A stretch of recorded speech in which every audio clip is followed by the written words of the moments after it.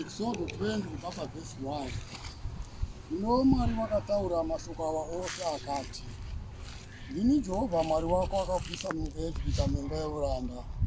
Usava navamwe vamwari kunze kwano. Usazviitira mufananidzo wakavezwa. Kana uri mufananidzo wechinhu chiri kudenga kumusoro, kana wechiri panyika pasi, kana wechiri mumvura pasi penyika. Usapfugamira izvozvo kana kuzvishumira, nokuti ini Jehovha Mwari wako ndiri Mwari une godo. Ndinorova vana nokuda kwezvivi zvamadzibaba avo, kusvikira kurudzi rwechitatu rwechina ivo vanondivenga, ndichiitira nyasha vane zvinhu zvamazana vanondida, vanochengeta mirayiro yangu. Usareva zita raJehovha Mwari wako pasina, nokuti Jehovha angarege kupa mhosva inoreva zita rake pasina. Rangarira zuva reSabata kuti urichengetere dzvene, ubate mazuva matanhatu uite mabasa ako ose, asi zuva rechinomwe iSabata raJehovha Mwari wako. Usatongobata mabasa naro, iwe kana mwanasikana wako, kana mwanasikana wako, kana muranda wako, kana murandakadzi wako, kana zvipfuwo zvako, kana mweni wako uri mukati memasuo ako. Nokuti namazuva matanhatu Jehovha wakaita denga nepasi negungwa nezvose zviri mukati mazvo, akazorora nezuva rechinomwe. Naizvozvo Jehovha wakaropafadza zuva reSabata akariita dzvene. Kudza baba vako namai vako, mazuva ako ave mazhinji panyika yaunopiwa naJehovha Mwari wako. Usauraya, usaita upombwe, usaba, usapupurira kwako nhema, usachiva imba yokwako, usachiva mukadzi wokwako, kana muranda wake, kana murandakadzi wake, kana nzombe yake, kana mbongoro yake, kana chimwe chokwako. Udzai Jehovha. Udzai Jehovha. Hymn 108. Hymn 108. Mangwana famba masikati,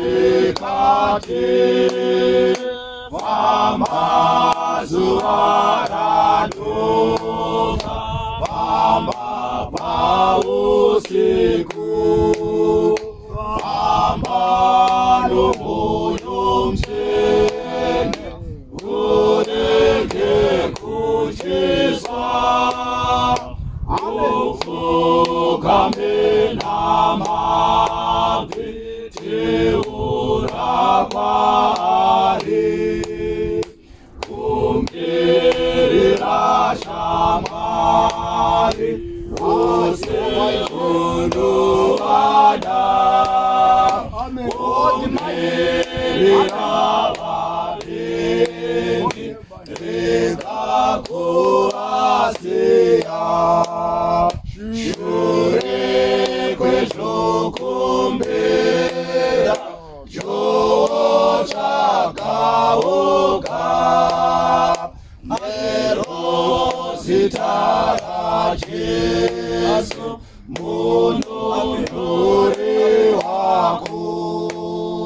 Kana washaya nzvimbo yokugara woga, kana varipo vamwe zvimwe une basa, simudza moyo wako, Mwari anokudzwa.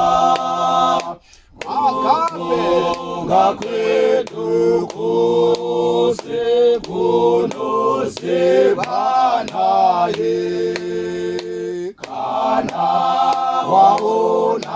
waonanapo teura kwari, naparufaro rwako tenda kuna Mwari, simba rakatepa rinokunda zvose, simba rokuti